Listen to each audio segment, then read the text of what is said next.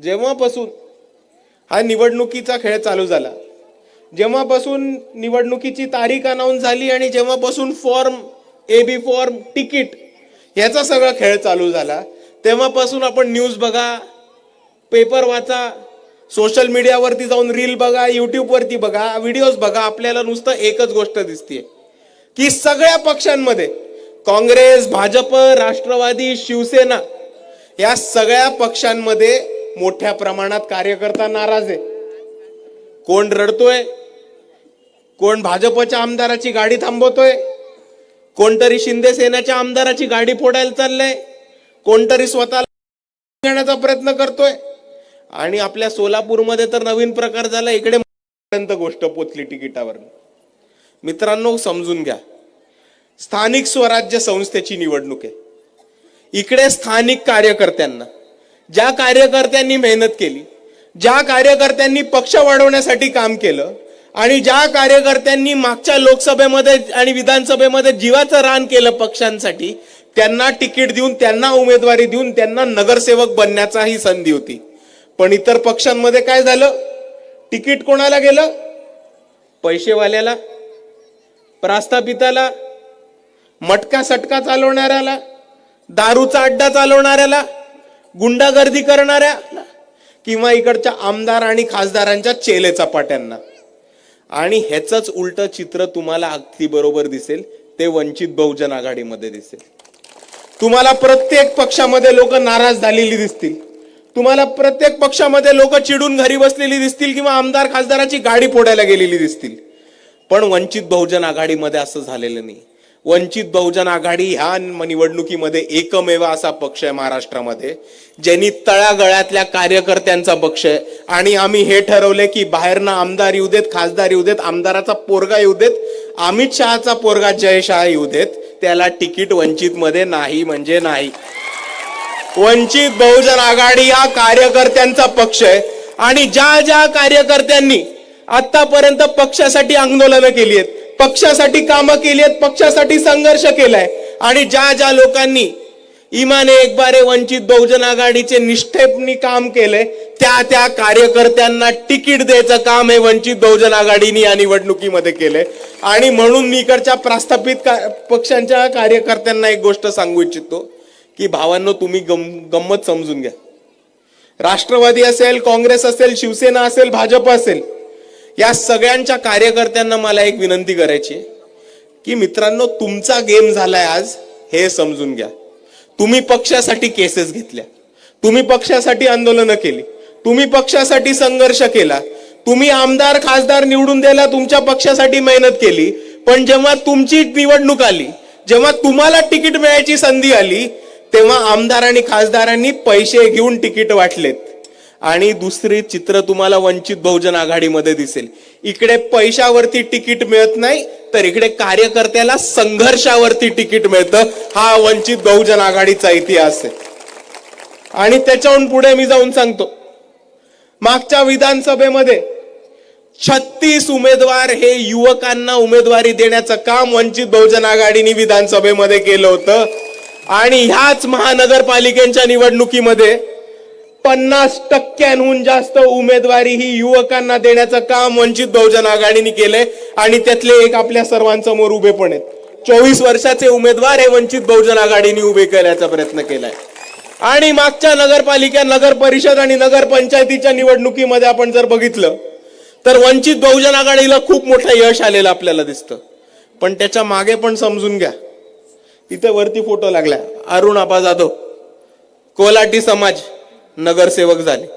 कांधार मधनं वैदू समाज, वडार समाज, या समाजाचे ज्यांची इकडचे प्रस्थापित गिनती पण नव्हते करत, अशा समाजांना फक्त तिकीट द्यायचं काम नाही केलं बाळासाहेबांनी, तर त्यांना तिकीट दिलं, त्यांना ताकद दिली, त्यांना बळ दिला, त्यांच्या मागे ही कार्यकर्त्यांची फौज उभी केली आणि त्यांना निवडून देऊन आणून आज एक वैदू समाजाचा, एक कोल्हाटी समाजाचा, एक वडार समाजाचा जर नगरसेवक निवडून आला असेल तर ते फक्त आणि फक्त बाळासाहेब आंबेडकर आणि वंचित बहुजन आघाडीच्या ताकदीमुळे झाले.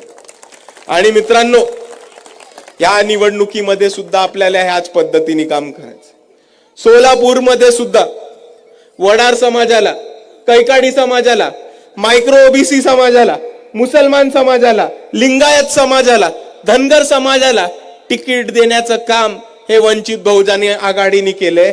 आणि मी तमाम वंचित बहुजन समाजांना एवढीच विनंती करतो की आज आपल्या बरोबर उभा राहणारा, आपल्या सुखादुखामध्ये उभा राहणारा, तुमच्या आडी अडचणीमध्ये, अन्याय अत्याचारामध्ये उभा राहणारा आणि नुसत्याच कठीण काळामध्ये नाही तर निवडणुकीच्या वेळेमध्ये आपल्याला तिकीट देऊन आपल्या समाजाचे उमेदवार निवडून आणणारा अख्ख्या महाराष्ट्रामध्ये एकच पक्ष आहे आणि त्या पक्षाचं नाव आहे वंचित बहुजन आघाडी. आपल्या सर्वांना एवढंच म्हणतो की आपल्या समोर एका बाजूला भाजप आहे आणि दुसऱ्या बाजूला कोण आहे? भाजपच आहे. कारण प्रणितीताई कोणासाठी काम करतात? भाजपसाठी. आणि म्हणून या परिस्थितीमध्ये जर भाजपला पाडायचं असेल तर आपल्याला एकच पर्याय, तो म्हणजे वंचित बहुजन आघाडी. आणि ह्यांची नाती खूप आतमधली आहेत भाजपशी. तुम्हाला एक 2-3 महिन्यापूर्वीचं एक उदाहरण देतो. सुशील कुमार शिंदेची एक नात आहे, नाव माहितीये त्यांचा, श्रॉफ काहीतरी, दिया श्रॉफ. त्यांचं लग्न झालं. त्यांच्या लग्नामध्ये चीफ गेस्ट कोण होतं माहितीये का? 3 चीफ गेस्ट होते. सगळ्यात पहिले शरद पवार, दुसरे कोण? अडाणी, आणि तिसरे कोण? फडणवीस. आता तुम्ही मला सांगा की हे भाजप काँग्रेस समोर समोर नाटक करतात, ईव्हीएम वरती लढायचं, रस्त्यावरती लढायचं, पण ह्यांचे बिझनेस एक, ह्यांची लग्न एक, ह्यांची नाते गोते एक.